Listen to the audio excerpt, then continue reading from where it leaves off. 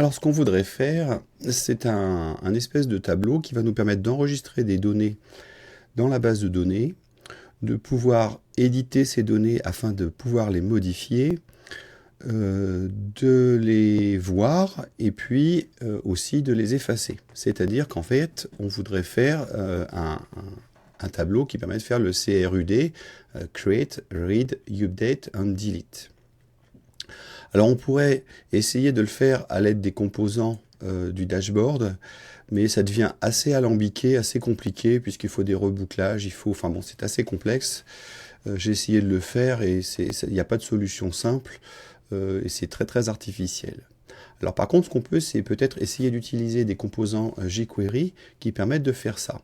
Par exemple, il existe un tableau qui est un élément, un composant jQuery qui s'appelle JSGrid.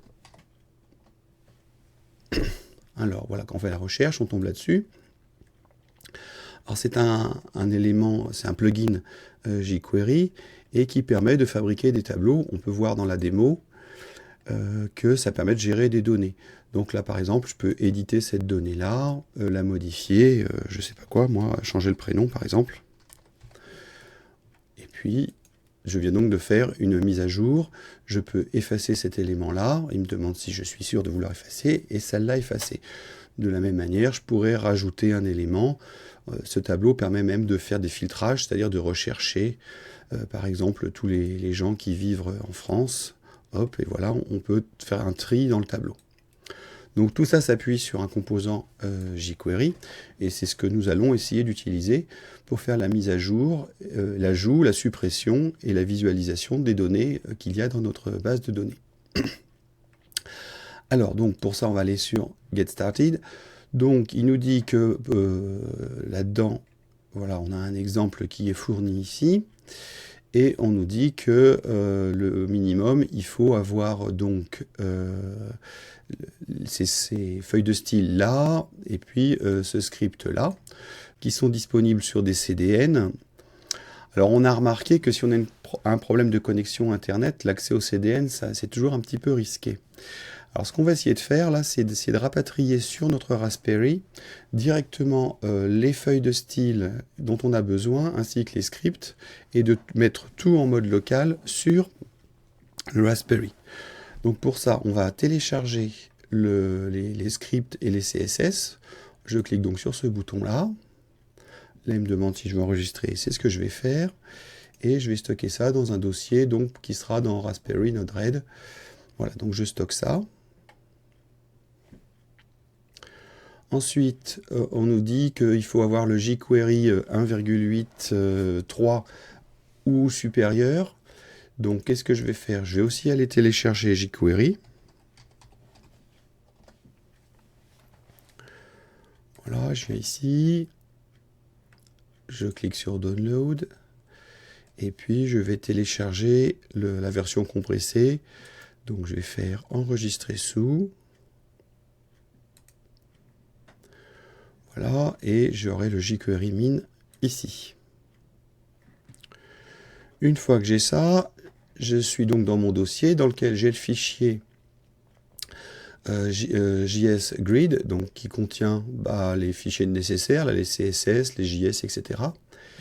Et je vais préparer un dossier qui contiendra tout ça. Donc celui-là, je vais le décompresser. Voilà. Et je vais créer un nouveau dossier.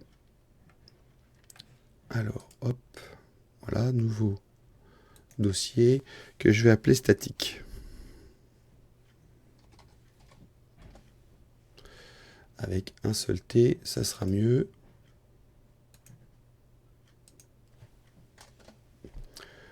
Voilà, à l'intérieur de ça, je vais créer un nouveau dossier qui s'appelle JS et un nouveau dossier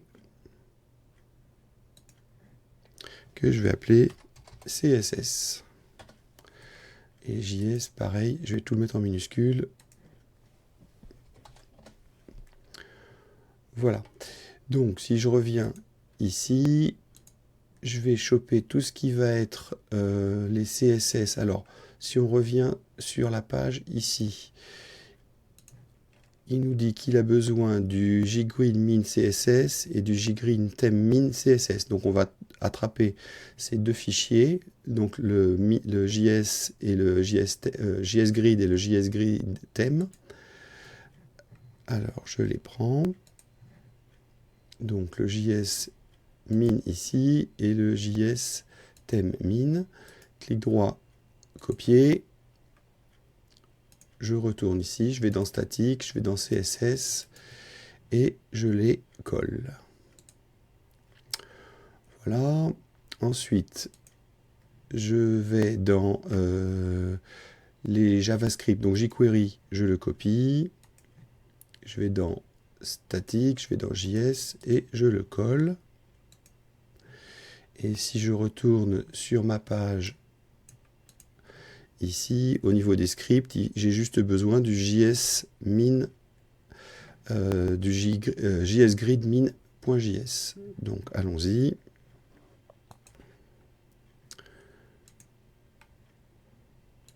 Donc le JS min grid, voilà, il est ici.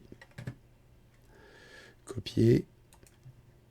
Je retourne dans Node-RED, statique, je vais dans JavaScript et je colle. Voilà, donc là j'ai fabriqué dans mon dossier statique un sous-dossier qui s'appelle CSS qui contient les feuilles de style dont j'aurai besoin et un dossier JS dans lequel j'ai mis les JavaScript dont j'aurai besoin. Donc l'idée c'est de coller ça maintenant dans le Raspberry et que Node-RED aille chercher directement les CSS et les JS à cet endroit-là. Alors comment on fait ça? En fait, on va dans WinNCP aller mettre dans le dossier Node-RED que l'on utilise. Alors pour information, le Node-RED que l'on utilise nous s'exécute sous l'utilisateur root. Et donc ces fichiers de paramétrage sont dans le dossier root et puis donc .node-red. On peut voir les différents modules par exemple qui ont déjà été rajoutés lors de l'utilisation de Node-RED. Donc en fait c'est ici que l'on va mettre notre dossier statique et c'est à cet endroit dans ce dossier statique que l'on demandera à Node-RED de venir chercher les fichiers en mode local. Donc ici on a à gauche le dossier dans lequel on vient de fabriquer le dossier statique qui contient nos feuilles de style et nos JavaScript. Et donc on va prendre ce dossier là et on va le copier dans root Node-RED. Ensuite, il faut expliquer à Node-RED que dans ce dossier statique, il y aura les fameux fichiers dont on a besoin.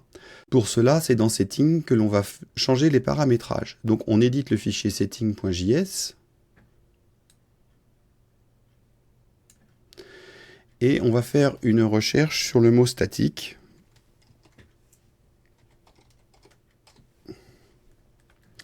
Voilà, c'est ici. Et vous voyez que la ligne est en commentaire. Donc en gros, si on veut des pages web statiques, il suffit ici de spécifier le chemin que l'on veut. Donc en l'occurrence, le chemin qui est ici, le plus simple pour ne pas se tromper, c'est d'aller dedans et on fait un clic droit ici, on fait copier le chemin dans le presse-papier.